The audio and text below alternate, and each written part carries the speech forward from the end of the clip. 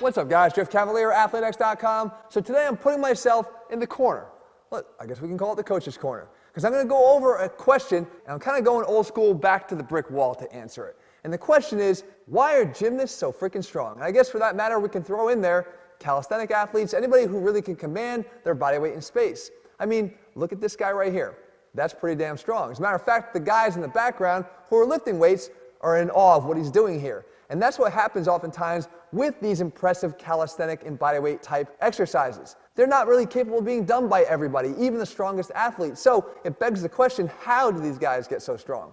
Well, I think you have to actually ask yourself first, are they actually strong, right? Are they, by definition of strength, actually strong? We're talking about the ability to produce force against an external resistance. And we're talking about, more importantly, absolute levels of strength.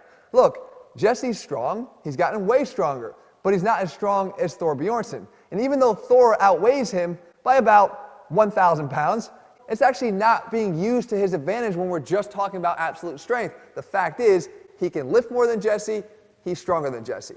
But when we look at these movements again, we realize you have to be strong to do them. So is there a secret? Well, I think the first thing we need to consider is the body weight of the people doing the exercise. And oftentimes, yeah, there are going to be lighter guys that do these exercises, but that's where the concept of their relative strength comes in. They're able to take that body weight and command it in space in ways that a lot of us cannot. And certainly there's other reasons that cause that, but it does demonstrate a level of relative strength that's pretty damn impressive.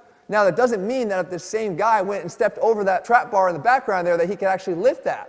I'm just saying, though, it's an indicator that their relative strength could be high. But the lighter body weights are definitely something that allows you to move your body in space easier. Let's face it, a guy who weighs 260 pounds might struggle to do more than 5 or 6 pull-ups. However, with everything, there are exceptions, and this guy right here certainly dispels the myth that big guys can't command their body in space.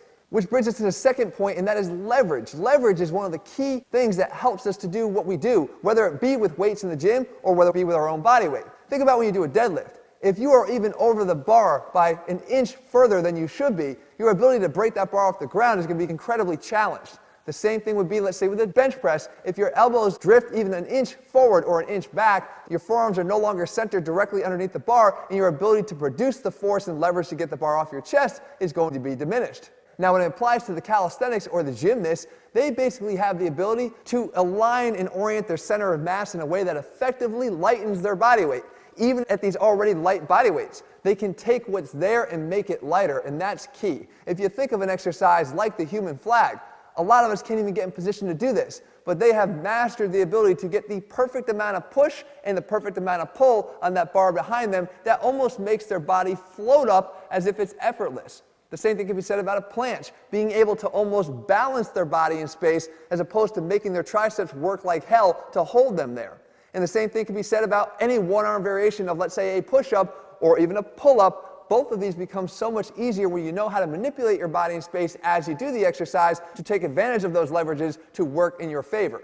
But I always point to this other concept, and that is the ability to get your stabilizers working for you as well. So not just leverage, but how to recruit stabilizers to the exercises that you do throughout the exercise. And this is where calisthenic athletes have mastered the concept. Because we talk about this thing called energy leaks. When you do a pull-up, how you do the pull-up matters. I've gone through this in great detail in previous videos, so much so that I say if you can just learn to keep your core tight and your shoulders packed, and even your quads contracted, you can remove the looseness from your body that oftentimes dissipates the force that you're generating into the bar and robs you of the pull-ups that you're capable of doing. When you do this properly, the number of pull-ups you can do instantly goes up, like literally in the next set.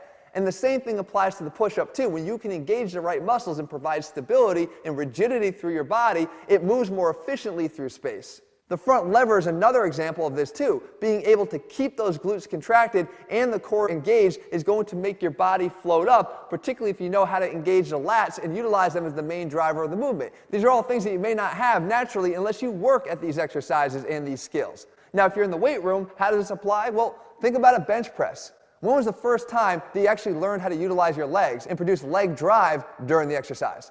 When you did, you likely increased the amount you could lift instantly. Casey Mitchell's been in this gym before, and he has sworn that even through just that one leg, he can generate an additional 40 pounds of force into his bench press to increase his overall strength. It's important. So when you learn, though, that this is actually not just driving the bar up on its own, but getting your low back into an arched position that stabilizes the entire back and assists with keeping your shoulders down and back, it increases your ability through increased stability. So the concept's the same, but we need to learn how to do it through all of the exercises that we do. But I think you have to look into the specific exercises that oftentimes are being done with gymnasts and bodyweight athletes, and we talk about isometrics. There's a lot of research backing the efficacy of isometrics in terms of increasing your strength levels, although it's within a defined range of motion. So if you're performing the isometric in, let's say, the mid-range position of a curl, well, you're increasing the strength within that range of the curl, and maybe a little bit up and a little bit down. Well, again, the benefit of bodyweight athletes is that they're not usually just performing isometrics in one portion of the range of motion of the exercise.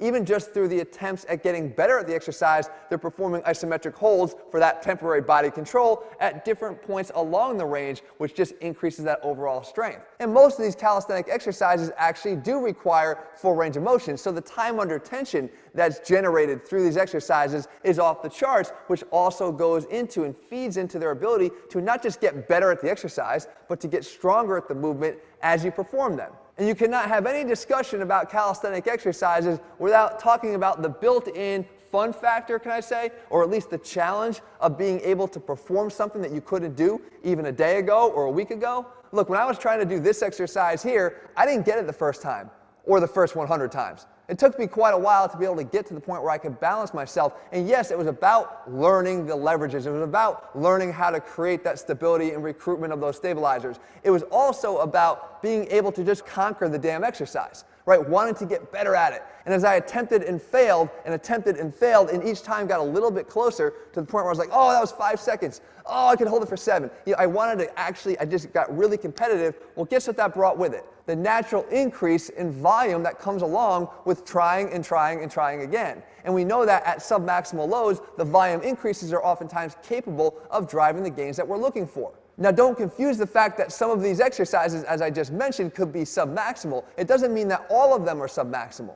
Look, we could talk about a one-arm chin-up. If you could only do one-arm chin-up with maximal effort, how is it different than, let's say, one overhead press with maximal effort? At least in terms of your ability to exert the force required to do the exercise, it's still a maximal effort. So overload is possible. And we know through overload we can create muscle gains and strength. So again, we can see very easily how these exercises can do that. The bottom line, as I say all the time, if you want to get the best of all worlds, you got to do both. You want to dedicate some portion of your training to classic strength training and work in the weight room and trying to build up that absolute strength, because it's only going to serve you when you go back to doing that other really important aspect of training that sometimes gets overlooked, and that's the bodyweight mastery, trying to learn how to command your body in space. When we're talking about athletics in the realm of athletic training, you got to be able to do both. Matter of fact, there's 10 calisthenic exercises that I believe every single person should do, regardless of what training style you're following right now. I'm going to link that video for you here. If you found this video helpful and you like this style of video, make sure you leave your comments below and tell me about it. And if you're looking for a complete bodyweight program, guys, we have one at ATHLEAN-X called ATHLEAN-0. If you haven't done so, click subscribe and turn on notifications so you never miss a new video when we put one out. All right, guys, see you soon.